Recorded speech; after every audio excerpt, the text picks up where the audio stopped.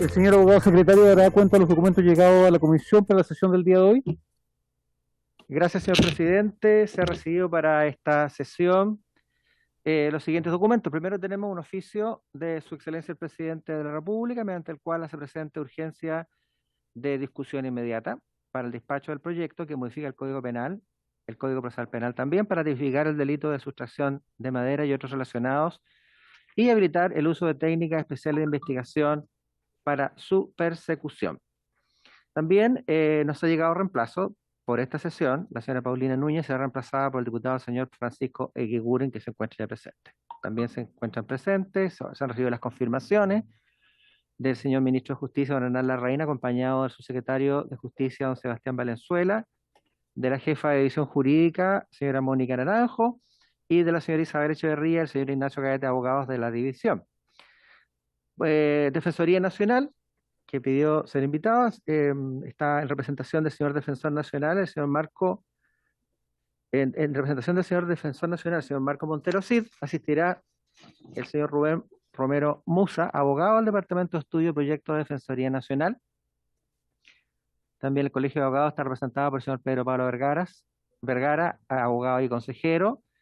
La Asociación de Juzgado de Policía Local está representada por la señora Carolina Quesada, que es su presidenta, y el señor Mirko Bonasic, que es miembro de la Comisión Legislativa. También están presentes los académicos, la señora María Elena Santibáñez, académica de la Universidad Católica de Chile, el señor Cristian Maturana, académico de la Universidad de Chile, quienes han sido especialmente invitados para conocer su opinión respecto al proyecto, lo mismo Defensoría Nacional. Se han recibido la excusa de la señora magistrada, señora María Soledad Piñeiro, por compromisos previamente adquiridos. Ella manifiesta toda su disposición para seguir participando en estas sesiones en lo sucesivo. Se ha recibido también una minuta de la Asociación Gremial de Empresas Chilenas de Tecnología, Chiletec, referida también al proyecto que está en tabla el día de hoy, señor presidente, que se ha hecho o se hará llegar por correo electrónico, entiendo que ya se hizo llegar por correo electrónico a todos y todas los integrantes de la comisión. Y finalmente hay dos solicitudes a través de ley de lobby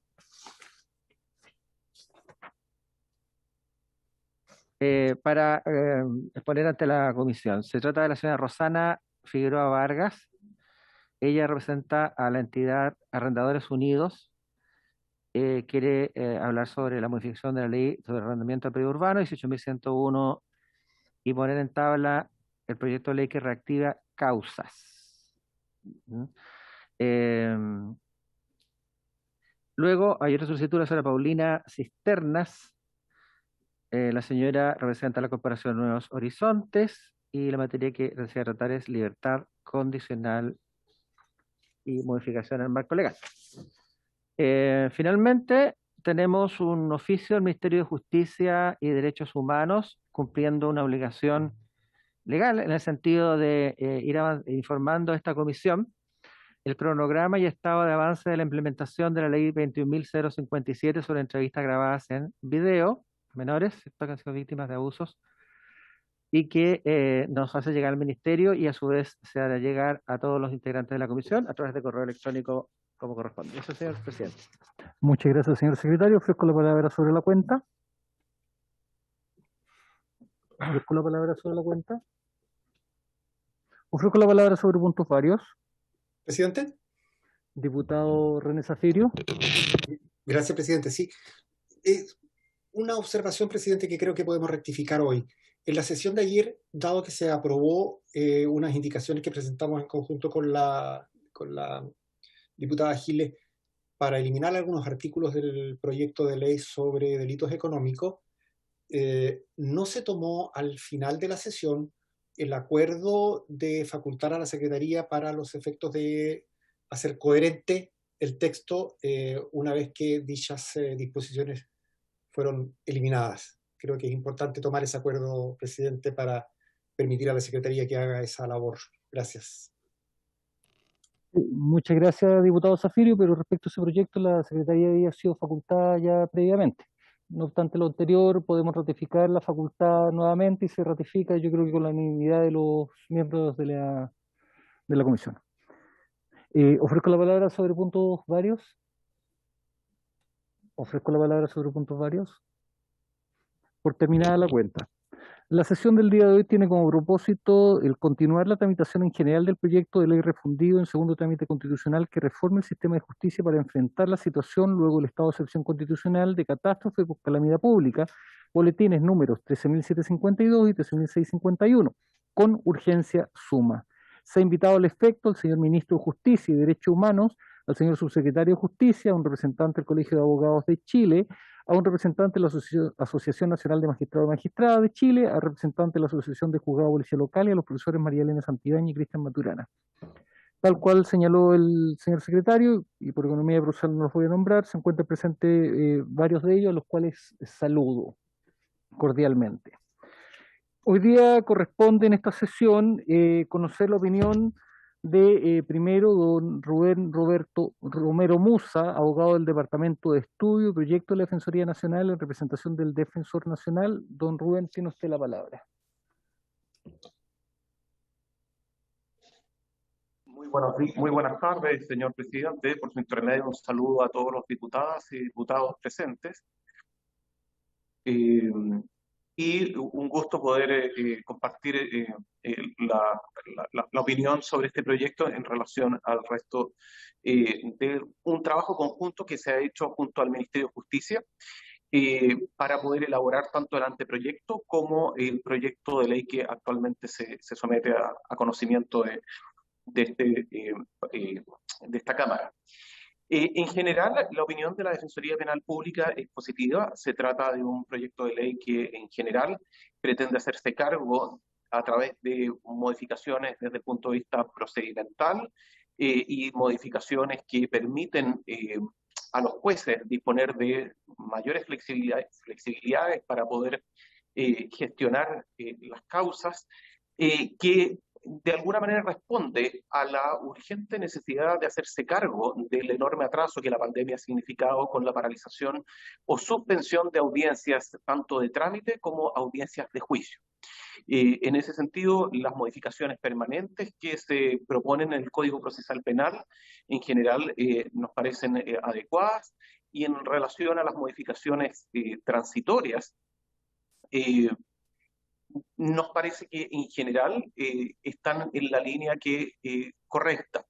Nuestra única opinión que discrepa de lo que es el proyecto que se ha presentado por el Ministerio es aquella que refiere a una modificación del Código Orgánico de Tribunales en relación a la justicia telemática, es decir, audiencias de trámite y audiencias de juicio, tanto oral como simplificado, que tendrían ahora un carácter permanente bajo una declaración de facultades para las Cortes de Apelaciones y la Corte Suprema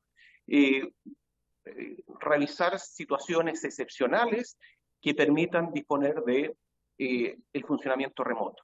Sin embargo, y consulto al señor presidente si la oportunidad para poder abordar esa materia en específico va a ser esta, o en general nos referimos solamente a lo genérico del proyecto, y esta materia puntual, que es una norma bastante puntual, el artículo 107 ter, se discutirá en su momento en la discusión en particular.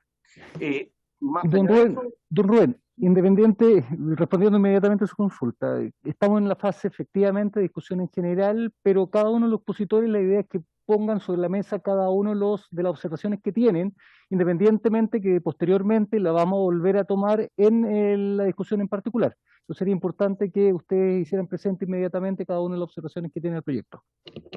Perfecto. En general, nuestra opinión para todo el proyecto es positiva, y en relación a las modificaciones permanentes al Código Orgánico de Tribunales, en las que se incorpora un artículo 107 bis y un artículo 107 ter, el artículo 107 bis que dice relación justamente con la posibilidad de que con acuerdo de todos los intervinientes del proceso penal se puedan disponer en forma permanente, más allá de la pandemia, se puedan disponer por los tribunales audiencias remotas, semipresenciales, con la presencia del tribunal, con acuerdo de todos los intervinientes, nos parece una norma que está en la línea correcta, de hecho reconoce una práctica que ya existía especialmente en zonas limítrofes, y por lo tanto en general nos parece correcta esa norma. Lo indico porque traía una redacción anterior de la cual discrepábamos, pero que el Ministerio de Justicia acogió diversas observaciones y por lo tanto la norma como quedó con el acuerdo de todos los intervinientes nos parece adecuada. Sin embargo, respecto del artículo 107 ter, es una norma que otorga a las Cortes de Apelaciones y a las Cortes Supremas la posibilidad de disponer ante situaciones excepcionales, cambiar el sistema presencial de justicia a vía telemática, es decir, semipresencial y remota, y con ello, la verdad que para nuestro parecer, se decretarían bajo una situación muy genérica, situaciones excepcionales, sin definición cuál es. Situaciones excepcionales, actualmente estamos bajo un estado de excepción constitucional que da un contexto y hace entendible que la vía remota, la vía semipresencial, que por definición implica acceso a la justicia con dispositivos sofisticados, es decir, una señal de internet adecuada, con equipos que tengan la posibilidad de transmitir computadores, tecnología, manejo de los usuarios, es decir, está la vertiente de acceso a la justicia que requiere distintos insumos que no todo el mundo dispone. Y por otro lado, lo que es ya más de litigación en concreto, la verdad que se hace muy difícil poder tramitar, poder llevar un juicio, poder presentar pruebas, poder contrainterrogar, poder examinar todo lo que es la evidencia a través de un formato telemático, especialmente los ejercicios de litigación, de contraexamen, presentación de pruebas, es decir, hay un sinnúmero de aspectos que de alguna manera la vía telemática cambia drásticamente el formato y el contexto en el cual las facultades de las partes pueden ejercer sus derechos para efectos de ilustrar al tribunal con la información para que pueda juzgar adecuadamente. En consecuencia, para nosotros esta norma es sumamente delicada y la verdad que tiene un aspecto de constitucionalidad que requiere un estudio porque es muy compleja. Porque la definición de los procedimientos, si van a ser orales, van a ser escritos, siempre ha sido de parte del legislador. Si van a ser presenciales, remotos o semipresenciales, también debiese ser del legislador.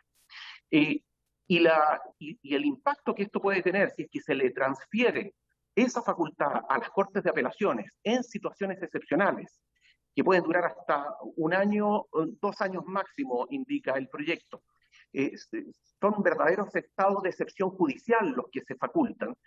Lo que determinarían finalmente es que podrían disponerse de distintos procedimientos semipresenciales, orales o remotos totales en las causas, generando, por supuesto, que una falta de certeza en el ciudadano sobre cómo los van a juzgar y una desigualdad en todos los justiciables, porque en algunas jurisdicciones se les juzgaría de manera presencial, en otras semipresencial y en otra remota, con todas las dificultades de acceso a la justicia y de litigación que ya he mencionado. La verdad que mayores detalles para el momento de la discusión en particular podemos entregar. Hay un sinnúmero de ribetes que uno puede aportar con mayor detalle para que los diputadas y diputados pudieran ilustrarse en esta materia que es muy delicada, pero es la norma que nos parece que tenemos que estudiar con mayor detenimiento. Dicho sea de paso, esta norma en particular también es la que suscitó una publicación de 38 profesores de penal y de procesal penal en un medio electrónico Estrado, cuando recién partió el proyecto, y que manifiesta precisamente esta preocupación por lo prematuro de incorporar de manera permanente al Código Orgánico de Tribunales una modificación tan radical y una transferencia de facultades a las Cortes, con el impacto que eso puede generar a el acceso a la justicia, a la litigación y al principio de igualdad de juzgamiento en Chile, y que requiere, por lo tanto, mucho más detenimiento. Son 18 universidades las que se veían representadas a través de esta carta de 38 profesores. Por lo tanto, en general, señor presidente, el proyecto nos parece positivo, tiene un sinnúmero de aspectos que eran urgentes legislar, pero en esta materia muy puntual, artículo 107 ter, tenemos una opinión muy distinta. Es cuanto puedo aportar, señor presidente. Muchas gracias. Muchas gracias a usted, don Rubén Romero Musa, abogado del Departamento de Estudios y Proyectos de la Defensoría Nacional, quien expuso en representación del Defensor Nacional. Obviamente queda la posibilidad para la Defensoría de acompañarnos en todo el trámite de este proyecto, y a continuación vamos a escuchar a la profesora señora María Elena Santibáñez, profesora de Derecho Penal de la Universidad Católica de Chile. Adelante, la escuchamos. Muchas gracias. Muchas gracias, señor presidente. Buenas tardes, señor ministro. Saludo a todos los diputados presentes, honorables diputados, al profesor Cristian Maturana y a todos los representantes que están hoy día en esta sesión. Quisiera señalar como primera cuestión que este boletín, como señalaba el representante de la Defensoría, corresponde a un proyecto que fue preparado en el Ministerio de Justicia, pero en que participaron intervinientes de las distintas instituciones.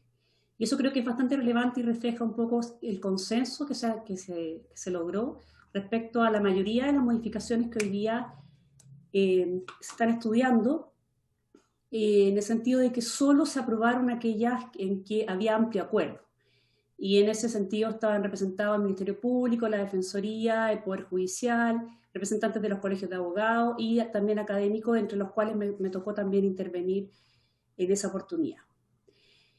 Y muchas de esas modificaciones que están hoy día en el boletín también conversan con un proyecto de reforma del Código Procesal Penal en que intervinimos 10 académicos de distintas universidades y varias de estas modificaciones habían sido planteadas también en ese proyecto, de tal manera que claramente que celebro estar discutiendo un proyecto de esta naturaleza en que, como señaló el representante de la Defensoría, existe acuerdo en la mayoría de las modificaciones que estamos viendo el día de hoy.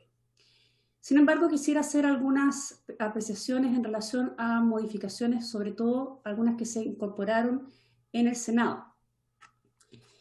En primer lugar, en relación con el artículo 258, esto es el plazo para decretar el cierre de la investigación, se incorporó una frase que señala que el plazo de 2 años de duración de la investigación se va a contar desde la formalización o desde que una persona hubiese declarado en calidad de imputado.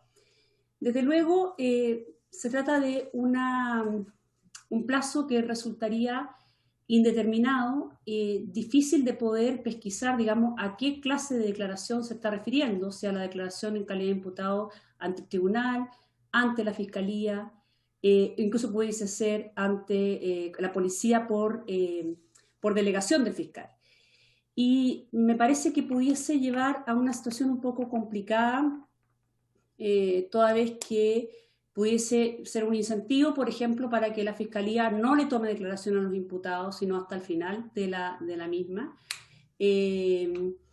Y la verdad, o que se dé una situación que es bastante viciosa que ocurre el día de hoy, que tiene que ver con personas que son citadas a declarar en calidad de testigo y luego aparecen como imputados. De tal manera que, tal como está la redacción hoy día, me parece que no debiese quedar de esa manera. O sea, o habría que precisarla mejor, o derechamente seguir con la regla general, pero me parece que es una modificación poco feliz y que no aporta mucho, más bien oscurece la inteligencia de la norma. En relación ahora con otras modificaciones en particular, me refiero a la del 269, tiene que ver con lo siguiente. A ver, existe bastante consenso, no solo entre los académicos, sino que yo también me toca litigar bastante, que hoy día, que es lo que justamente motiva una de las modificaciones importantes que hace este proyecto, que es la creación de esta audiencia intermedia, ¿cierto?, que permite como última oportunidad llegar a una suspensión condicional, ¿cierto? A un procedimiento abreviado, o sea, a una solución negociada del conflicto penal. Y justamente esa audiencia intermedia, ¿cierto? Se crea porque nos damos cuenta que en muchos casos, por ejemplo, a mí misma me ha pasado llegar a juicio oral y encontrarme con un defensor al frente y conversar por qué estamos hoy día en juicio, por qué no se llegó antes a una solución en circunstancias que el imputado ha reconocido lo que hizo, por ejemplo.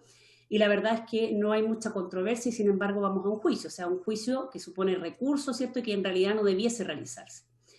Bueno, y por lo mismo entonces hoy día se crea esta audiencia intermedia. Sin embargo, esta norma del 269 lo que quería era, en el fondo, obligar al imputado a ir a la audiencia de reparación de juicio oral para crear una instancia en la cual hubiese un acuerdo, ¿cierto? Un acuerdo y evitar ir a juicio oral. Bueno, lo que quiero señalar, ¿cierto?, es que hoy día, al crearse esta audiencia intermedia del 280 bis, que me parece muy, muy bien que se haya creado y que permite, ¿cierto?, tener una última oportunidad, no tiene sentido entonces establecer esta obligatoriedad de la presencia del imputado y por lo demás queda solo reducida a ciertos casos, así que me parece que sería innecesaria esa modificación del 269. En relación con el 281 ahora, que también quisiera hacer una precisión, se señala un plazo, ¿cierto?, del cual puede remitirse la autoapertura, y ese plazo me parece que no es inteligible y no convive tampoco con los otros plazos que están en el Código Procesal Penal, que habla de no antes de 24 horas ni después de 72 horas, debiese corregirse la redacción del mismo en el sentido que debiese ser solo dentro de los 72 horas. En términos generales, me parece que el resto convive bastante con lo que vimos en la comisión y debo destacar especialmente la institución de la nulidad parcial, que vendría a solucionar un problema que hay hoy día que supone que en los casos de nulidades, ¿cierto?, tenga que realizarse el juicio oral completo y esto permitiría ahorrar recursos, ¿cierto?, y tener en el fondo la realización de juicios parciales solo en la medida que sea necesario, ¿cierto?, y dejando o salvando gran parte de lo ya efectuado en un juicio. Máxime, señor presidente, si se tiene en consideración que desde el año 2004 en adelante, 2008 en adelante, lo que se ha observado en el sistema penal es la realización, además, de juicios cada vez más largos. Eso claramente que está, es algo que atenta contra la idea de maximizar los recursos y tenemos hoy día juicios entonces que si se tienen que anular significa la realización de un juicio completo tremendamente, me ha tocado por lo menos participar en varios con duraciones de 10 meses o incluso hasta un año. En relación al procedimiento simplificado, por último, antes de referirme a la indicación en la que sí me gustaría detenerme un poco más, en relación con el procedimiento simplificado, quisiera señalar que la forma en que quedó redactado el artículo 395 no resulta de todo clara. De partida el inciso segundo, que mezcla un poco lo que es la pena en abstracto, señala que el fiscal puede solicitar una pena inferior en un grado al mínimo a los señalados por la ley, debiendo considerar previamente las reglas de determinación de pena establecidas en el Código Penal y en leyes especiales, vale decir, mezcla lo que es el concepto de pena en abstracto y luego se refiere a la pena en concreto. Y en eso entiendo también que la Asociación de Magistrados hizo una salvedad porque no resulta claro cuál es la pena a la que se está refiriendo. En ese sentido, debiese ser una modificación más bien, y además que resulte claro, que entiendo que esa es la lógica de la norma, que el incentivo de esta rebaja de pena tiene que ver solamente para aquellos casos en que el imputado esté presente, lo que me parece bastante destacable, considerando lo que ha pasado con la lógica de los procedimientos simplificados que se alargan y terminan casi ganándose porque los testigos no comparecen al juicio, ¿cierto? Y terminan siendo eternos en circunstancias que estuvo pensado como un procedimiento de fácil solución. Así que me parece que ahí habría que modificar el inciso segundo con el inciso tercero, de manera que quedara claro que esa es la intención de esta norma, que por lo demás me parece bastante loable, digamos, la modificación, en el sentido de que debiese venir a resolver un problema que ocurre hoy día con el procedimiento simplificado. Respecto a las modificaciones las modificaciones transitorias. A mí me parecen bastante buenas todas las que tienen que ver con plazo. Eso ya lo conversamos también en la comisión, se mantienen más o menos todos en los mismos términos.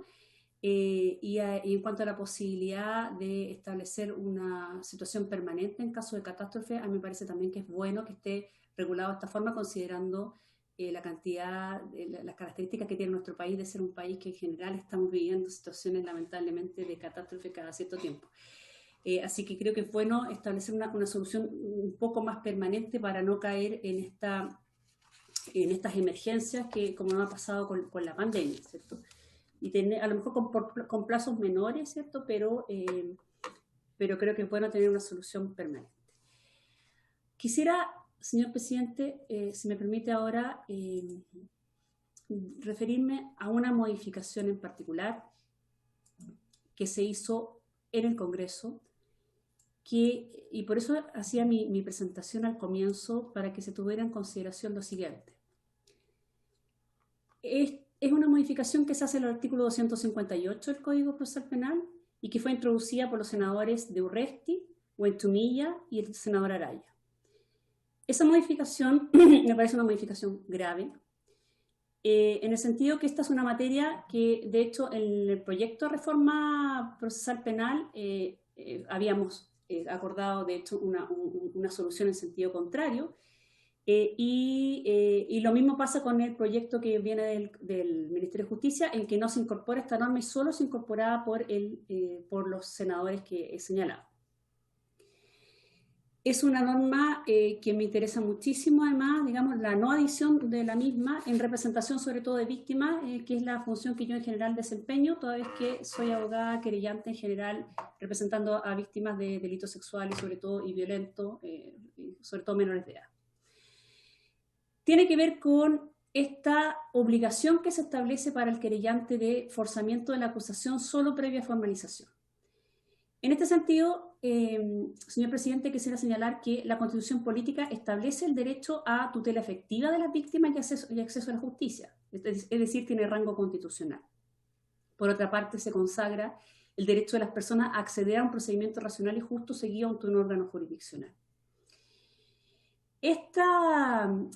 El Tribunal Constitucional ha establecido, señor presidente, disculpe si de repente le digo su señoría, en la de formación profesional, sencillamente, que en numerosos fallos ha señalado el Tribunal Constitucional que efectivamente se puede autorizar al querellante en casos calificados a forzar la acusación sin previa formalización. Y para eso ha efectuado el Tribunal Constitucional un análisis de fondo de las carpetas investigativas, y esto lo ha hecho en los roles 56-53 2018, 67-18 2019, 72-37 2019, 81-61 2020, 81-42 2020, 80-60 2019, 89-25 2020, 92-66 2020 y 92-39 2020. En todos ellos ha permitido, ¿cierto?, que querellantes puedan forzar la acusación sin formalización. El principal derecho de la víctima, señalado precisamente, es presentar querella en el proceso penal y el objetivo de presentar querella, señor presidente, querella que la jurisprudencia ha resuelto en forma mayoritaria, que es capaz de interrumpir la prescripción. Y por lo demás es una de las propuestas que se hacía en la primera comisión de reforma procesal penal. Es suficiente entonces con que se autorice el ejercicio de ese derecho, el derecho de presentar acusación del querellante mediante forzamiento de la acusación solo una vez formalizada la investigación. Evidentemente que no es así.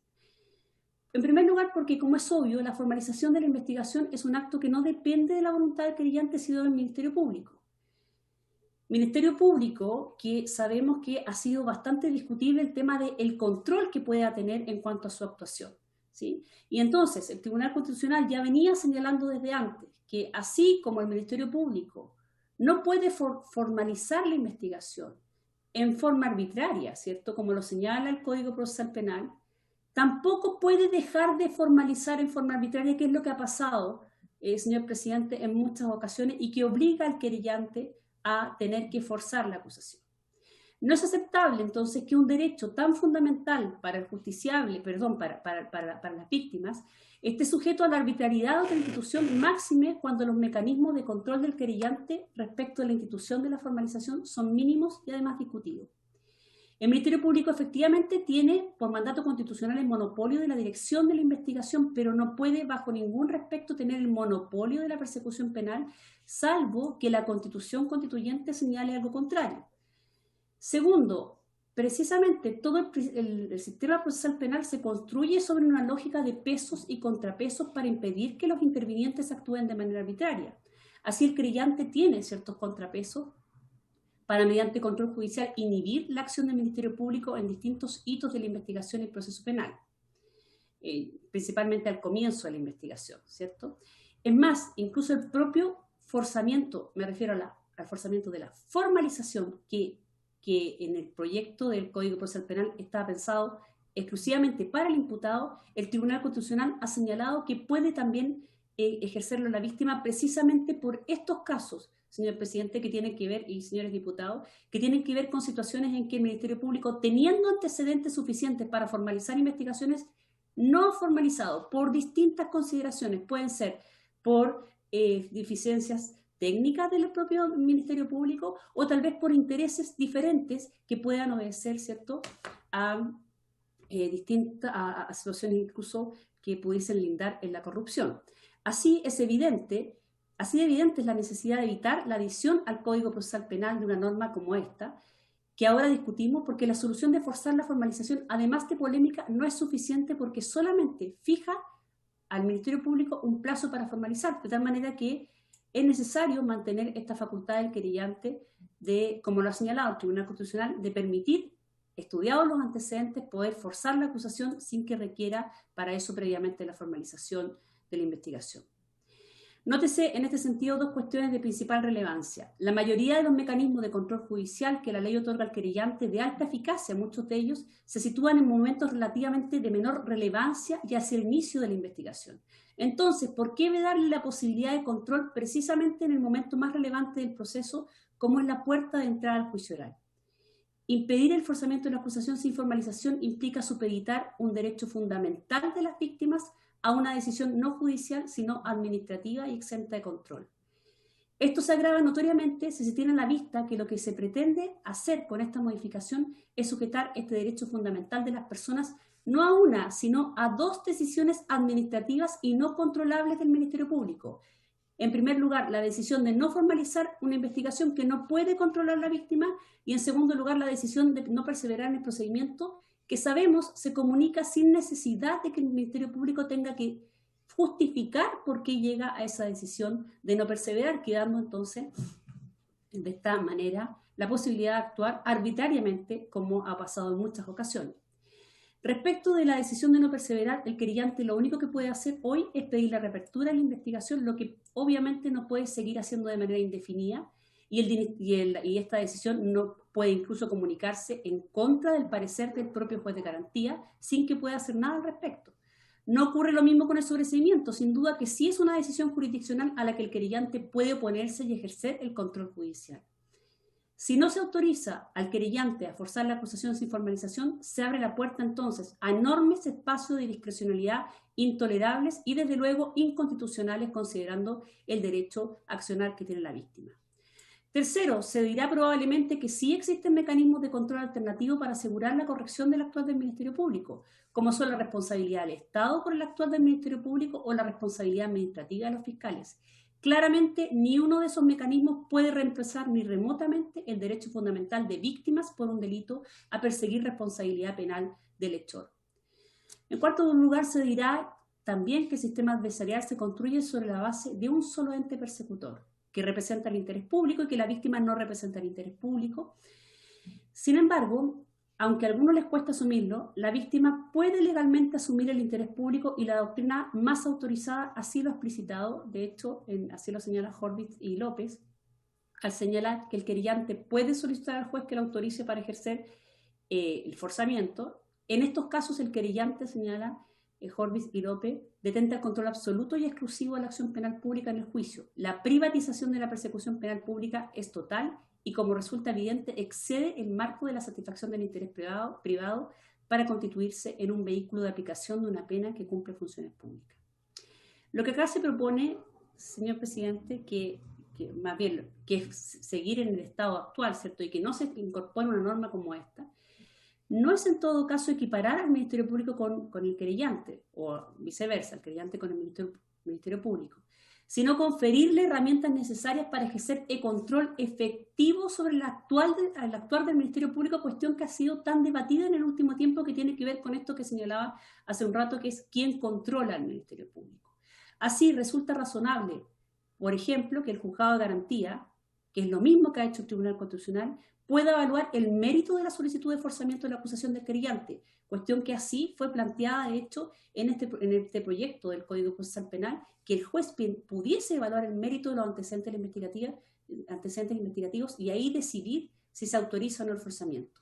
Cuestión que no se le exige hoy día al Ministerio Público, toda vez que se permite que comunique decisiones de no perseverar sin dar ninguna razón de ello. Lo que no resulta razonable es impedirle esta pretensión ante un tribunal de la República si antes una entidad de la administración no ha tomado una decisión de carácter administrativo, como es la formalización. El Tribunal Constitucional lo ha expuesto de esta manera, de forma reiterada, como lo señalado en estos errores, haciéndose cargo de este problema que hay, que tiene que ver con denegación de justicia para las víctimas, que sí son capaces de poder accionar penalmente. Se ha propuesto, por otro lado, señor presidente, señores diputados, de hecho en esta misma Cámara, la posibilidad de la creación de una defensoría de víctimas, y la propia Constitución Política asegura a las víctimas de delitos asesoría y defensa jurídica gratuita. Soluciones como esas serán absolutamente ineficaces si se aprueba la adición que ahora discutimos. Tómese en consideración el enorme porcentaje de casos, sobre todo de delitos como a los que me he referido, ¿cierto?, en que se echa mano de la facultad de no perseverar en el procedimiento por parte del Ministerio Público. Personalmente me ha tocado participar en casos en que, forzando la acusación, se condena al autor del Ministerio Público en casos que no ha decidido perseguir. Casos graves de delitos sexuales cometidos contra menores de edad. Hace poco, de hecho, ocurrió una situación, 2 semanas, que logramos condena en una situación de esta naturaleza. No es cierto que la víctima sea una figura accesoria del sistema penal, como en algún minuto se propuso. El derecho que la Constitución Política le confiere existe para corregir deficiencias de la actividad del Ministerio Público, pero sobre todo porque la pena constituye para ella un hito hacia la reparación del daño causado por el delito. Gran parte de la doctrina penal moderna reconoce precisamente que la justicia penal no solo cumple funciones de carácter preventivo, sino también finalidades restaurativas, y no podemos desatendernos de esta realidad. Como última consideración, asegurar a la querellante la posibilidad de ir a un juicio oral, aún sin formalización de investigación, en casos calificados cuyo mérito ha sido evaluado por el juez de garantía, será una importante herramienta para impedir cualquier atisbo de influencia ilegítima sobre fiscales de la República, pues siempre estará la posibilidad de que la víctima, a través de su querella, pueda en esos casos ir a juicio oral.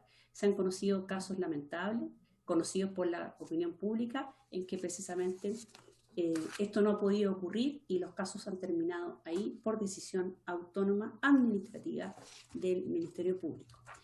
De tal manera, señor presidente, que claramente que tengo observaciones de fondo en relación con esa adición, que no salió de esta comisión del Ministerio de Justicia, ni tampoco está en la comisión que propone la reforma al Código Procesal Penal, y claramente que es uno de los principales reparos que tengo en relación con este proyecto.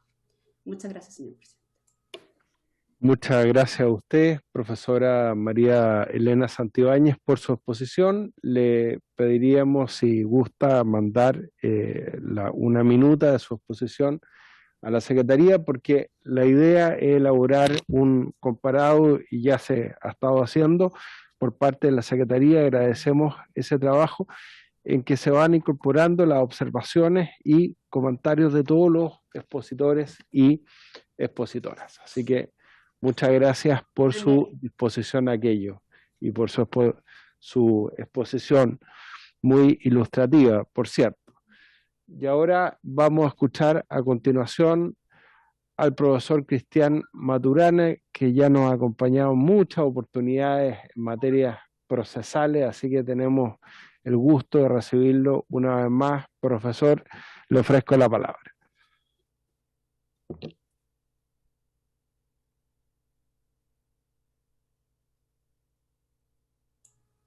Está muteado, parece, profe. Perdón. Ahí sí. Presidente, muchas gracias por la invitación. Diputados, invitadas, mi amiga, doña María Elena Santibáñez, que me antecedió.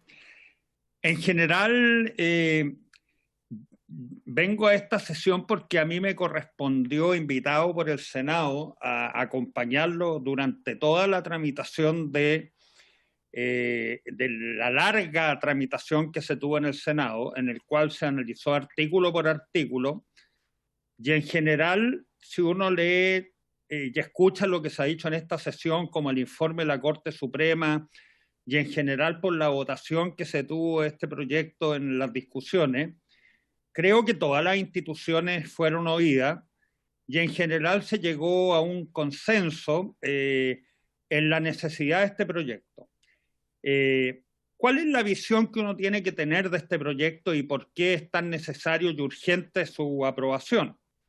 Todos sabemos que la tramitación de la ley COVID fue una tramitación bastante express, tanto por la Cámara de Diputados como el Senado, y yo creo que si uno hace una evaluación de esa ley COVID, fue bastante importante, e incluso se ha reseñado que nuestros tribunales, con la excepción de lo que ocurre con los tribunales civiles, permitieron continuar operando bajo ciertas circunstancias que superaron situaciones extremas y que incluso con la colaboración de tanto los jueces como los fiscales, los defensores y los abogados, por cierto, permitieron realizar audiencias respetando incluso los plazos que establece nuestra Constitución para la protección de la garantía. Pero hoy nosotros lo que nos tenemos que preguntar es por qué es necesaria esta ley y qué pretendemos con esta ley. En primer lugar, tenemos que decir lo que no pretendemos y que fue claramente materializado en la tramitación del Senado, es que no pretendemos efectuar reformas que sean sistémicas a ningún cuerpo legal. Y en consecuencia, todas aquellas modificaciones que no respondieran a una adecuación de los tribunales para salir de ese periodo de la ley COVID fueron postergadas. Y en consecuencia esa ley persigue fundamentalmente 4 cosas que yo creo que se logran. En la primer lugar es hacernos cargo de las situaciones de emergencia que se han producido con un carácter proactivo. Nosotros tenemos el caso Chaitén, 27F, la pandemia, que por no tener un cuerpo permanente ha exigido, ¿no es cierto?, tanto a la Cámara de Diputados como al Senado, tener que dictar leyes especiales para hacerse cargo de estas situaciones. Creemos que ya hay una experiencia que uno puede vaciar en un texto permanente que no vaya a requerir que durante cada emergencia que se produzca a nivel local, comunal, regional o nacional, tengamos que dictar una ley. Y en consecuencia, aparece como muy importante tener ese mecanismo para hacer frente a estas situaciones excepcionales sin tener que acudir a normas de carácter especial o sin tener un marco general de referencia. En segundo lugar, y como bien han señalado mis antecesores, hay un régimen transitorio. Nosotros sabemos que, no obstante el esfuerzo realizado para continuar impartiendo justicia, porque acá la justicia no descansó como en otros lugares del mundo, sino que continuó funcionando, obviamente ese funcionamiento no fue con normalidad, porque obviamente había que proteger la salud de jueces, de abogados y también de testigos que acuden a los tribunales. Y en consecuencia, la normalidad en cuanto a la asistencia y realización de la audiencia no implicó tener un funcionamiento normal y evidentemente que experimentamos un atraso respecto de esa situación. Esta situación reviste especial importancia, y los señores diputados lo recordarán, como la gente se manifiesta porque no es posible durante este periodo transitorio hacer que la justicia no funcione. Yo me acuerdo con la Cámara de Diputados que aprobó con gran celeridad un proyecto de ley por la ley de arrendamiento, que vinieron incluso asociaciones de propietarios de vivienda a hacer presente su desazón frente a la paralización del sistema de justicia civil, porque cuando llegan a las audiencias probatorias, el juicio queda paralizado y en definitiva quedan en la indefensión. Y todo aquel que en esta situación no acuda a los tribunales, en definitiva ve claramente afectados sus derechos, y esa es la razón por cual en esta Cámara se aprobó un proyecto de ley en este sentido, pero acá lo que se trata es que la justicia civil se reactive, incluso en los procesos arbitrales, en que muchos se han acudido a esta norma, no obstante tener una posibilidad de funcionamiento incluso en los procesos arbitrales que han continuado separados. Y en consecuencia estas normas de carácter transitorio reconocen la necesidad de poner en marcha la justicia, pero sin implicar una modificación estructural de los procedimientos, ni tampoco de establecer un distinto funcionamiento por parte de los tribunales, salvo en los casos que puntualmente se establecen. Y lo último es que se incorporan normas de carácter permanente, que obviamente se justifican a esta altura, que no son estructurales, como la realización de notificaciones electrónicas, superar problemas de autorización de poderes, con los medios electrónicos y firmas digitales que existen en la actualidad, y otras medidas de ese carácter puntual que ahí se contemplan, y que en todo caso confiamos que estas normas de carácter permanente que se incorporen al procedimiento civil también serán transitorias y también se tendrán que evaluar, y la posibilidad de tener esa discusión de fondo permanente, mucho más largo plazo, será cuando se apruebe la reforma procesal civil, que ha reiniciado su tramitación en el Senado, y en consecuencia ese será el cuerpo legal verdadero y permanente de la reforma procesal civil, con procedimientos y con jueces acorde con esa situación. Si uno lee el informe de la Corte Suprema y escucha a los intervinientes que participaron en la tramitación de ese proyecto, como el Ministerio de Justicia, el Ministerio Público, la Defensoría Penal Pública, la Asociación de Magistrados y la gran mayoría de los senadores que asistieron, todos coincidieron en la necesidad de la urgencia de la aprobación de este proyecto de ley que permite superar determinadas situaciones. Ahora, sobre aspectos puntuales, obviamente que esas discusiones se plantearon y fueron oídas en el Senado, y con distintos argumentos no fueron recogidas, y parece valedero, ¿no es cierto?, que los que sostengan discrepancias sobre aspectos puntuales de ese proyecto en ningún caso desvirtúan la urgencia de la necesidad de aprobar ese proyecto a la brevedad, para los efectos de contar con él antes del término del próximo periodo de emergencia, porque si eso no se logra, sería bastante preocupante la situación que enfrentaría la justicia de cómo poner en marcha el funcionamiento de los tribunales de aquí a futuro. Muchas gracias, presidente. Muchas gracias a el profesor Cristian Maturana por su exposición, y por supuesto que cualquier minuta quiera enviar a la Secretaría a fin de incorporar sus observaciones al comparado van a ser muy bienvenidas.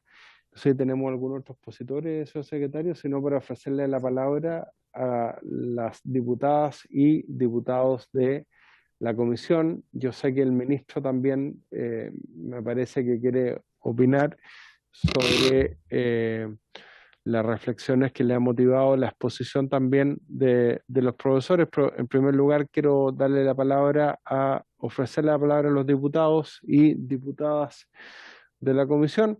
Le damos la palabra entonces al señor ministro Hernán Larraín. Presidente, si hay diputados o diputadas que quieran intervenir, feliz de oírlos para así poder hacernos cargo de todas las inquietudes, ciertamente. Lo vamos a escuchar a usted primero. Adelante, señor ministro. Bueno, muchas gracias, presidente. Quiero, junto con saludarlo, aprovechar saludar también a diputadas y diputados que forman parte de esta comisión, y también de forma muy especial a todas las invitadas e invitados que han estado participando, que lo hicieron en la sesión anterior y hoy día, que han contribuido con sus reflexiones y con su experiencia a ir abriendo un poco el paso y despejando las inquietudes sobre la urgente necesidad de esta iniciativa. Yo solo quisiera, antes de pedirle, presidente, que le pueda hacer uso de la palabra, permitir hacer uso de la palabra al subsecretario de Justicia para que se pueda hacer cargo de las inquietudes en el ámbito penal, y a Mónica Naranjo en el ámbito civil, hacer un par de reflexiones sobre este tema, un poco recogiendo lo que han dicho algunos de quienes han intervenido hoy día, la profesora Santibáñez y el profesor Maturana, principalmente. Aquí lo que estamos discutiendo es una iniciativa en donde nosotros, como Ministerio de Justicia, advertimos muy pronto después de la aplicación de la Ley 21.226, esa a que se ha hecho referencia, que se dictó en abril con mucha rapidez, advertimos que por ahí por mayo, a comienzos de junio, es decir, hace más de un año ya, que se estaba produciendo un atochamiento y que teníamos que perfeccionar esa norma pensando en lo que podía ocurrir después del término del estado de excepción. No teníamos la información de cuánto iba a durar, ni el estado de excepción, ni mucho menos la crisis sanitaria. Pero ya advertíamos que el atochamiento podía producir problemas en el caso de que hubiera que reponer rápidamente la estructura de funcionamiento normal de los tribunales y por lo tanto los procedimientos y los plazos que existen en las normas hoy día vigentes. Y nos pusimos a trabajar y lo primero que hicimos fue llevar este tema a la Comisión Coordinadora del Sistema de Justicia Penal, le hicimos presente nuestra inquietud, planteándoles la necesidad de hacer y constituir una comisión de trabajo con todas las instituciones para ver qué podíamos hacer. Ahí incorporamos algunos académicos, miembros de los colegios de abogados, incluso de las regiones, que no habían tenido participación en la comisión coordinadora, y logramos generar una comisión para ver qué cambios teníamos que hacer en el ámbito penal. Y invitamos luego a través del presidente de la Corte Suprema, al Poder Judicial, para que hiciéramos lo propio en el ámbito civil, laboral y de familia. Y constituimos otra comisión que estuvo trabajando sobre la base de las mismas inquietudes. Se constituyó esto a fines de junio, trabajó julio y agosto y entregamos el proyecto, presentó el Ejecutivo una vez que recogió todo esto, por cierto, tratando de ser lo más fieles a lo que se había planteado en las comisiones. Presentamos el proyecto, me parece que el 1 de septiembre del año 2020. Quiero señalar entonces que aquí ha habido un trabajo bastante amplio, participativo y muy representativo de todos los aspectos y miradas.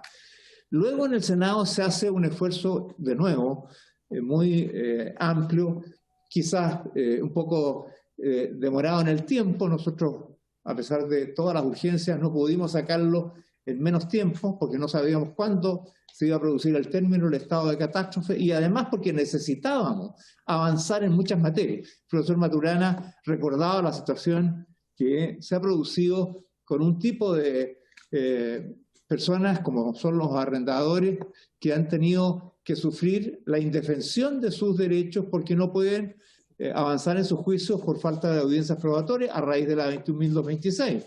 Y si este proyecto estuviera aprobado, ese problema estaría encaminado, enrielado, tendría una solución.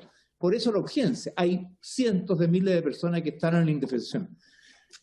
Entonces, se avanzó y tenemos este proyecto con las modificaciones del caso, y aquí se han levantado algunas inquietudes que ciertamente se discutieron en la comisión. La profesora Santibáñez recordaba una en particular que fue una iniciativa de los senadores que quisieron modificar una disposición en particular, la que ella ha descrito con mucha precisión, en donde es un tema muy interesante. Yo en lo personal tiendo a estar de acuerdo con la profesora Santibáñez, pues se le está quitando una herramienta a la víctima, que es querellante, para poder forzar una acusación ante un jurado, y eso es muy interesante. porque han habido casos en que la Fiscalía ha dado orden de no perseverar, pero por la interpretación que le ha dado el Tribunal Constitucional, el querellante pudo llevarlo al jurado y ganó el juicio, a pesar de que la Fiscalía había querido no perseverar en ese caso. Probablemente son situaciones excepcionales, pero es un derecho, ¿para qué quitárselo a la víctima? Pero bueno, son cosas discutibles. Yo entiendo que algunos puedan preferir otra fórmula por la naturaleza del sistema que tenemos en el ámbito penal, por la reforma procesal penal, pero eso es parte de la discusión. Solo quiero decir, y con esto concluyo, presidente, que lo que no me ha parecido justificado ni menos oportuno es aquella intervención que hizo un representante del Colegio de Abogados que decía que no era conveniente aprobar las modificaciones permanentes que se estaban haciendo, sino que solamente las transitorias. Yo creo que eso es contra todo lo que hemos hecho en más de un año. Es extraño oírlo a estas alturas del proceso cuando ya hemos avanzado tanto. Y sobre todo porque también creo que el profesor Maturana decía, aquí no se está produciendo un cambio del sistema, aquí no estamos haciendo la reforma procesal civil ni una nueva reforma procesal penal. No, aquí estamos aprovechando una experiencia que ha sido muy dura, muy difícil, muy compleja, pero que nos ha dado lecciones positivas. Y no vemos por qué solamente debiéramos hacer cambios transitorios durante el periodo de la transición, un año o el que se determinara. Si algunas cosas ya nos parecen que ayudan a mejorar la eficiencia de los procesos penales, el trabajo aprovechando el tiempo y evitando traslados innecesarios, ¿por qué no utilizar las tecnologías y lo que hoy día ya ha estado funcionando y que probablemente ya se advertía antes de la pandemia que muchas de esas situaciones pudieran darse? De manera que yo lo que quisiera es apelar aquí, por cierto, discutamos todo lo que se quiera discutir, siempre es el momento para hacerlo, para eso está el Parlamento. Yo creo firmemente en que en el Congreso se logran modificaciones muy significativas a los proyectos. No siempre, a veces se equivocan, todos nos equivocamos, pero ese no es el tema. No, sin embargo, es correcto a estas alturas del desarrollo tratar de dividir el proyecto en normas permanentes y normas transitorias y saltarse todas las permanentes. No es una buena decisión. Y es además una reflexión tardía, creo yo, al avance que hemos hecho, que todos lo reconocen sin perjuicio de tener un punto u otro. Como digo, siempre va a existir ese tipo de diferencias de opinión, porque aquí no estamos hablando sobre palabras escritas en piedra, sino que sobre opiniones que juntando mayoría se van logrando imponer. De manera que, dicho lo anterior, presidente, y haciendo también una salvedad personal, yo en pocos minutos más tengo que retirarme porque tengo comprometido un viaje institucional a su región, senador Walker, perdón, diputado Walker. Estoy a lo mejor anticipando, no sé, pero tengo que ir a hacer una visita que parte en pocas horas más. Usted sabe las dificultades de transporte, así que me voy a tener que ausentar, pero siguen aquí quienes nos acompañan siempre en estas materias. Y le pediría pudiera ofrecer la palabra a su secretario Valenzuela y luego a Mónica Naranjo. Gracias, presidente. Muy bien, estimado ministro, será muy bienvenido en la región de Coquimbo. Le ofrecemos la palabra entonces a continuación al subsecretario Sebastián Valenzuela para que pueda intervenir y después a Mónica Naranjo. Sebastián.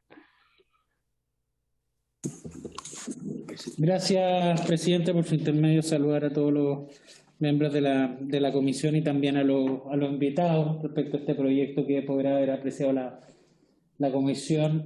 Aborda distintos puntos en distintas materias, obviamente, del sistema judicial, porque precisamente la vocación que tiene este proyecto de ley, y eso ha sido fruto de este trabajo mancomunado que se ha hecho referencia previamente, es involucrando a todas las instituciones, ver los distintos ámbitos de jurisdicción, de cómo es posible retomar con la pandemia el funcionamiento de todas maneras del sistema de justicia.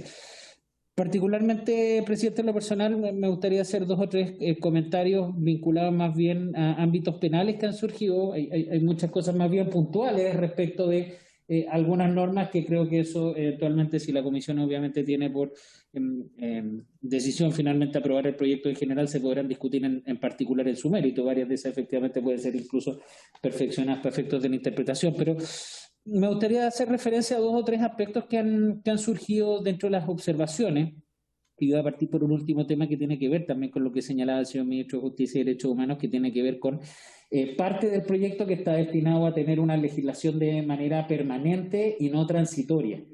Desde luego, qué duda cabe que todo esto ha ido mutando en el tiempo. Bien recordaba el señor Ministro que el 1 de abril del año 2020 fuimos el primer país en el contexto latinoamericano que a través de una ley regulamos cómo nos íbamos a adaptar en el funcionamiento del sistema de justicia.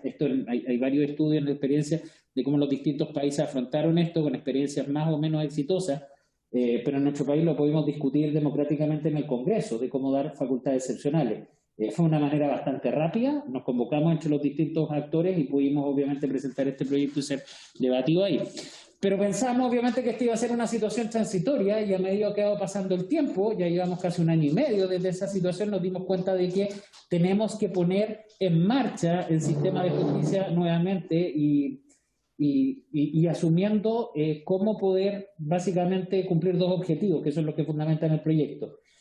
Disminuir, allá donde sea posible, sin afectar los derechos de las personas ni el acceso a la justicia, la presencia física de las personas en los tribunales. Es decir, ¿cómo somos capaces como país de sacar experiencia en estos 18 meses de poder hacer actuaciones, insisto, siempre y cuando no se afecten los derechos de las personas, que no exijan que vayan presencialmente al tribunal? Porque lo mismo planteamos a propósito de ir a cumplir un trámite al registro civil, por ejemplo, y nos preocupamos de cómo avanzar en esa digitalización. Y acá tenemos que velar por eso mismo, y no solamente de una manera transitoria, sino que de una manera permanente, porque creo que las lecciones que hemos aprendido en todo este tiempo ameritan que seamos capaces de modificar nuestra legislación. Y esto muchas veces porque la pandemia nos vuelve a mostrar una realidad en nuestro país que claramente tenemos que ir adecuando a nuestra normativa, que tiene que ver precisamente con fenómenos vinculados a pandemia, fenómenos vinculados a desastres naturales. Todos sabemos los problemas que han ocasionado terremotos, no a nivel nacional, pero en algunas regiones del país donde necesitamos como país darnos un marco jurídico que seamos capaces de mantener el funcionamiento del sistema de justicia aún pese a esas catástrofes naturales.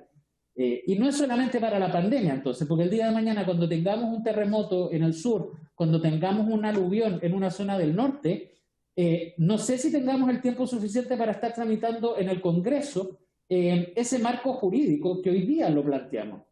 Y creo que es importante poder destacar esa necesidad del marco y poder discutir todo el contenido que podemos dotar de ese marco y que planteamos en el Código Orgánico de Tribunales.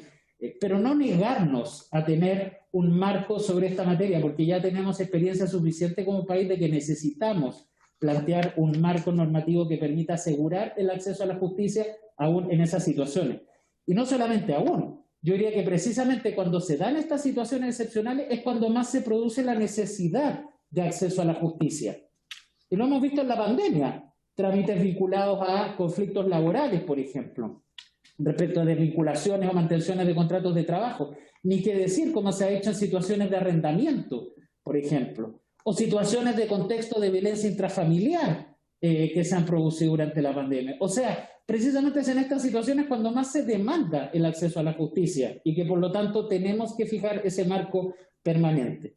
Insisto, hay observaciones que apuntan a cómo está regulado eso y lo podremos discutir y lo podremos perfeccionar, pero no podemos negarnos, presidente, a establecer ese marco de manera permanente. Hay desde luego en el proyecto, y así se inició, muchas modificaciones transitorias, aumento de los plazos para que los tribunales, por ejemplo, puedan resolver las materias que son sometidas a su conocimiento. Pero hay otras, y por eso quiero ejemplificarla en esta última, que necesitamos dejar estatuido.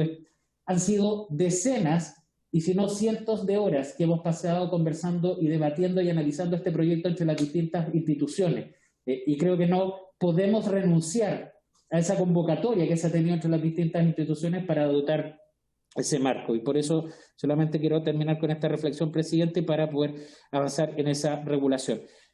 Solamente respecto de temas más bien parciales, que se han hecho comentarios tanto en esta sesión como en la anterior, creo, presidente, que eso puede ser aclarado en la discusión en particular respecto a la interpretación de algunas normas o la justificación de ellas. Esto no es simplemente ver un artículo por separado, el proyecto tiene una coherencia donde unas normas se complementan con otras y creo que eso amerita también la posibilidad de ser explicada. Pero quiero solamente poner un ejemplo que ha sido objeto también de observaciones. Uno de los problemas que se ha observado en el sistema procesal penal desde su inicio, que se ha ido produciendo una cierta distorsión, es en un procedimiento que es de normal ocurrencia, que es el procedimiento simplificado.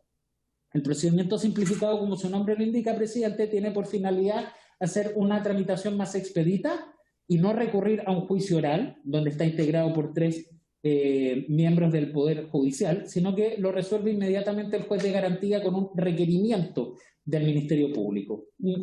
Una actuación de menor entidad que una acusación propiamente tal. Y está tratado principalmente para delitos, obviamente excluyendo los más graves como los crímenes. Por lo tanto, es de normal ocurrencia la situación de ese procedimiento simplificado. Y que da la opción además de poder aceptar responsabilidad del imputado frente a ese requerimiento y por lo tanto se produce una renuncia al juicio, o exigir al imputado efectivamente la realización de este juicio pero ante el juez de garantía. Lo que ha sucedido en la práctica a lo largo de los años es que este procedimiento, si bien en el diseño legal del Código Procesal Penal ameritaría no más de 2 o 3 audiencias, una en que se puede efectuar el requerimiento, una segunda audiencia en que se podría efectuar la preparación del juicio y una tercera audiencia y final en que se realizaría el juicio. En la práctica eso no ocurre.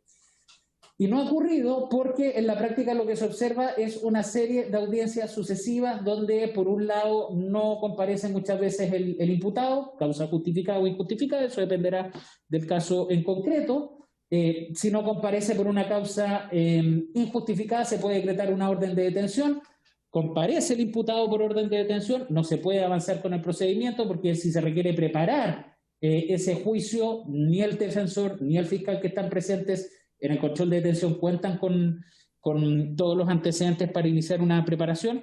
Y posteriormente se produce muchas veces la imposibilidad de realizar un juicio porque estas sucesivas audiencias impiden que concurran víctimas, por ejemplo, o testigos del hecho. Y esto también, durante todo el trabajo prelegislativo, fue levantado por el Ministerio Público mostrando estadísticas de cómo se ha producido un número, una multiplicación de las audiencias en cada procedimiento. Y al final muchas veces las causas terminan sin una resolución de fondo. Terminan con un sobreseguimiento que puede aplicar el Ministerio Público en vez de enfrentarse a un juicio oral sin prueba y arreglar una solución. Ese es un problema estructural que estamos poniendo de fondo para poder solucionarlo. Se relaciona con la pandemia, tiene que ver con eficientar aún más y poner incentivos al inicio del procedimiento, incluso dándole más facultad al Ministerio Público para poder modificar la pena y poder aceptar responsabilidad y otras facultades a los tribunales. Pero insisto, no podemos renunciar a verlo de una manera permanente porque son problemas que se están arrastrando hace años y hoy los tenemos más patentes. Por lo tanto, solamente pido eso, presidente, para que sea también considerado a la hora de poder avanzar en la discusión del proyecto. Eso es, presidente, en cuanto al ámbito penal. Muy bien, muchas gracias al subsecretario Sebastián Valenzuela y vamos a escuchar a continuación a la jefa de la División Jurídica del Ministerio, la señora Mónica Naranjo. Muchas gracias, presidente. Por su intermedio aprovecho también de saludar a los miembros de la comisión, así como a los invitados a esta sesión. Bueno, efectivamente, como ha señalado tanto el ministro como el subsecretario, el objetivo principal de este proyecto es precisamente darle continuidad al funcionamiento del sistema de justicia, una vez en el fondo que se termine la vigencia de la ley 21.226, que está asociada al estado de excepción constitucional, y que efectivamente ha permitido, en una gran mayoría de casos, darle continuidad al sistema de justicia, pero que efectivamente en otras materias se encuentran suspendidos. Por ejemplo, si en el caso de la materia civil, tal como lo señalaba el profesor Maturana, se encuentran suspendidos los términos probatorios. ¿Y esto qué es lo que se ha generado? Obviamente que hay una serie de juicios que se encuentran paralizados, y de ahí en el fondo viene la gran preocupación que se plantean en varias de las observaciones de los invitados de cómo se va a retomar en el fondo el funcionamiento de la continuidad de estos procesos que se encuentran paralizados. Muy bien, la verdad es que lo que hemos hecho en el fondo detrás de la regulación de este proyecto de ley es precisamente en el fondo generar modificaciones, que son modificaciones que tienen, como digo, por objeto básicamente darle continuidad al funcionamiento del sistema de justicia y que de alguna manera también recogen la experiencia que se ha ido generando durante estos 18 meses de funcionamiento, en que se ha tenido especialmente en cuenta la regulación en materia de audiencias y alegatos en forma remota, y por lo tanto todo lo que dice relación con la regulación de estas materias se ha tenido en consideración la experiencia recogida por el propio Poder Judicial y la experiencia también contenida en los autos acordados que ha dictado el Poder Judicial precisamente para regular estas materias con las cuales ha estado operando durante todo este tiempo. Por otro lado, también en el fondo se hacen modificaciones que hacen relación con la simplificación de ciertas actuaciones. Por ejemplo, el caso en el fondo de los patrocinios del poder, el caso también de simplificación de notificaciones, que como digo, tienen todo por objeto generar mayor eficiencia en el funcionamiento, entendiendo que efectivamente se va a generar un atochamiento de causas una vez que se reactive el sistema de justicia. Ahora, particularmente quisiera como referirme a un par de observaciones que se han planteado por los invitados y que en el fondo vale la pena como hacer una aclaración en cuanto a la regulación que hace el proyecto de ley en la materia. Particularmente lo que se ha señalado dice relación con qué es lo que va a ocurrir una vez que se reanuden los términos probatorios que se encuentran suspendidos en relación de la ley 21.226. Efectivamente, esto fue uno de los puntos que más fue debatido durante la tramitación legislativa y también en la etapa prelegislativa, que como ha señalado también el ministro subsecretario, contó con la participación del Colegio de Abogados, del Poder Judicial, del Ministerio Público, en el caso del Fondo Penal, pero también en el fondo con académicos en materia civil. Y particularmente, claro, ahí efectivamente lo que se planteó fue generar diferentes herramientas que permitieran darle algún grado en fondo y margen de acción al Poder Judicial, así también en el fondo como a las partes. Y básicamente lo que se ha planteado es lo siguiente. Como sabemos, la ley 21.226 suspendió los términos probatorios que se encontraban corriendo a la entrada en vigencia de esta ley. Y por lo tanto lo que se requiere obviamente es que una vez que entre en vigencia este proyecto de ley, se reanuden esos términos probatorios. Pues bien, lo que señala el proyecto en esa materia es precisamente que se reanudarán en el fondo los términos probatorios al día 10º desde la publicación de este proyecto de ley. Se señala también en el fondo un plazo de 10 días para que, es decir, entre el día 10 y el día 20, para que las partes puedan reiterar o pedir en el fondo los medios probatorios, es decir, se está dando una segunda oportunidad, incluso respecto a aquellos quienes hubiesen solicitado ya medios de prueba, precisamente también en el fondo para facilitar la labor del Poder Judicial y tener plena claridad respecto a cuáles van a ser los medios de prueba que van a presentar las partes.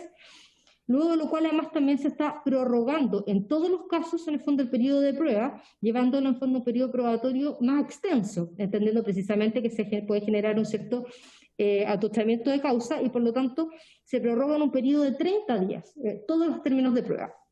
Y aún así, si habiendo en el fondo la parte solicitado la prueba dentro en el fondo de los términos probatorios, esta no es capaz de rendirse en estos 30 días, precisamente porque no se cuenta en el fondo con receptores o con las dependencias del tribunal en el fondo para poder rendir, por ejemplo, en el caso de la prueba viva, se establece la posibilidad que el tribunal de oficio pueda fijar un término especial de prueba precisamente para rendir esa prueba. Es decir, de alguna forma la regulación que toma el proyecto trata de hacerse cargo de distintos escenarios, dando múltiples alternativas para precisamente en el fondo evitar que las partes se queden sin prueba y que por lo tanto en el fondo se pueda dar un debido resguardo y derecho en el fondo respecto de los medios probatorios de las partes. Eso en el fondo precisamente porque entendemos que fue una de las observaciones planteadas en la sesión anterior y queríamos de todas maneras en el fondo aclarar que se tuvo en consideración, como digo, en el fondo varios antecedentes a la vista precisamente para una regulación lo más integral posible. Y respecto precisamente a otro de los temas que se planteó, que hice relación con en materia civil particularmente, en el fondo que la prueba sabemos que es tomada a través de receptores, efectivamente sabemos que también obviamente ahí se puede generar un mayor sobrecargo en el fondo respecto de la cantidad de receptores que se van a encontrar disponibles, y ahí efectivamente, haciendo en el fondo el hincapié en este tema, se le da la posibilidad, como digo, de este término especial de prueba que podrá fijar el tribunal en el fondo bajo ciertas condiciones, y de todas maneras estamos en el fondo flexibilizando la posibilidad que receptores que hoy día funcionan en la jurisdicción de la Corte de Apelaciones de San Miguel también puedan operar en el fondo bajo en la Corte de Apelaciones de Santiago, de forma tal de tener una mayor cantidad de receptores disponibles para la toma de prueba, y particularmente en el fondo como una forma también de generar una mayor agilidad en la diligencia probatoria, es que se ha pensado a fondo esto que se ha planteado como la transcripción de las pruebas, particularmente la prueba testimonial y la absolución de posiciones, pero particularmente la prueba testimonial, en que sabemos hoy día en el fondo que la prueba testimonial la toma el receptor, quien va tomando también nota en forma inmediata, pero eso efectivamente retrasa de alguna forma la rendición de la prueba testimonial. Y por lo tanto, entendiendo que en este sistema, sobre todo en fondo transitorio, en que va a estar tomándose en el fondo la prueba con un respaldo en audio y también en muchos casos en fondo de video, la posibilidad en el fondo de que no solo sea el receptor quien haga la transcripción de esa prueba, sino que también en el fondo pueda hacer la parte respectiva, de forma tal de generar una mayor agilidad al proceso y tener también en el fondo disponibles receptores para la realización de otro tipo de audiencia o de otro tipo de diligencia. Entonces, en el fondo ese es el objetivo, precisamente, de generar la transcripción y, por supuesto, tomando los resguardos respectivos respecto de que la parte contraria pueda oponerse a la transcripción, lo cual será resuelto, por supuesto, por el juez. En este sentido, sin perjuicio, por supuesto, que estamos revisando las diferentes observaciones y, de todas maneras, en la discusión en particular podremos ir viendo, en el fondo, qué mejoras se pueden hacer, las que, de todas maneras, como digo, siempre tenemos en consideración. Estimamos que en general el proyecto trata de ir y se ha tratado de poner en fondo los diferentes escenarios que entendemos se pueden generar una vez que se ponga término a la vigencia de la 21.226. Muchas gracias, presidente. Muchas gracias a la señora Mónica Naranjo, que es la jefa de la División Jurídica del Ministerio de Justicia y Derechos Humanos. Ofrezco la palabra a las señoras y a los señores diputados. No sé si hay preguntas. La verdad es que han sido muy claras todas las exposiciones. Reiteramos la solicitud de que puedan enviar las minutas para poder incorporarlas en el comparado, las observaciones. Me indica el señor secretario que el proyecto está con suma urgencia, se ha renovado, ya hemos tenido toda la audiencia, entonces si le parece a la comisión podríamos tomar el acuerdo la próxima semana de votar en general y comenzar el examen en particular del proyecto y de las eventuales indicaciones que pudieran presentarse a raíz de las observaciones formuladas por nuestras invitadas e invitados. ¿Les parece? Diputada Pamela Giles. Gracias, presidente. Yo estaría en condiciones de acordar la votación en general para la próxima semana, pero no explícitamente la votación en particular. Me gustaría que el voto contuviera esa precisión respecto a que solo es la votación en general y que la votación en particular será desde la semana contigua esa en adelante, por favor. Muy Gracias. bien. Bueno, sí, lo que podemos hacer conforme al reglamento es citar a la discusión y votación en general en una sesión y después cuando lo termine el presidente titular de esta comisión nos citará a la discusión en particular. Pero no hay ningún problema, lo que podemos hacer es la discusión y votación en general del proyecto en una próxima sesión la próxima semana, respetando el tiempo de urgencia del proyecto. Así se acuerda y por haberse cumplido el objeto de la sesión se levanta. Muchas gracias a todos nuestros invitados e invitadas y, por cierto, que quedan convocados y cordialmente invitados a acompañarnos en todo el trámite de este proyecto, la discusión en general y en particular. Ustedes saben que la tecnología así lo permite, lo mismo al Colegio de Abogados, a la Defensoría, a los profesores y profesores de Derecho Penal que nos han acompañado en el trámite, especialmente agradecer el día de hoy a la profesora María Elena Santibáñez y al profesor Cristian Maturana, que han la presidenta de la Asociación Nacional de Magistrados, y bueno, todos quienes nos han acompañado, de la Asociación de Jueces de Policía Local también, está Carolina Quesada también, que de Juzgado de Policía Local de Coquimbo, está el señor también Mirko Bonet también, y bueno, todos nuestros invitados quedan cordialmente, lo mismo la Defensoría, el Ministerio Público, invitados a acompañarnos en el trámite de este proyecto. Yo creo que también compartimos la necesidad de legislar con un sentido de urgencia. Se acaba de renovar la declaración de estado de catástrofe, como dijo el ministro, fue bastante expresa, lo dijo el profesor Maturana, la reforma anterior, hay que hacerse cargo de una serie de normas. Hemos visto y sabido que vamos a tener que enfrentar esta pandemia por un buen tiempo y se produce una inseguridad jurídica para los intervinientes que es importante poder resolver en este proyecto. Así que por haberse cumplido el objeto de la sesión se levanta. Muchas gracias. Hasta luego, presidente. Que esté muy bien. Muchas gracias.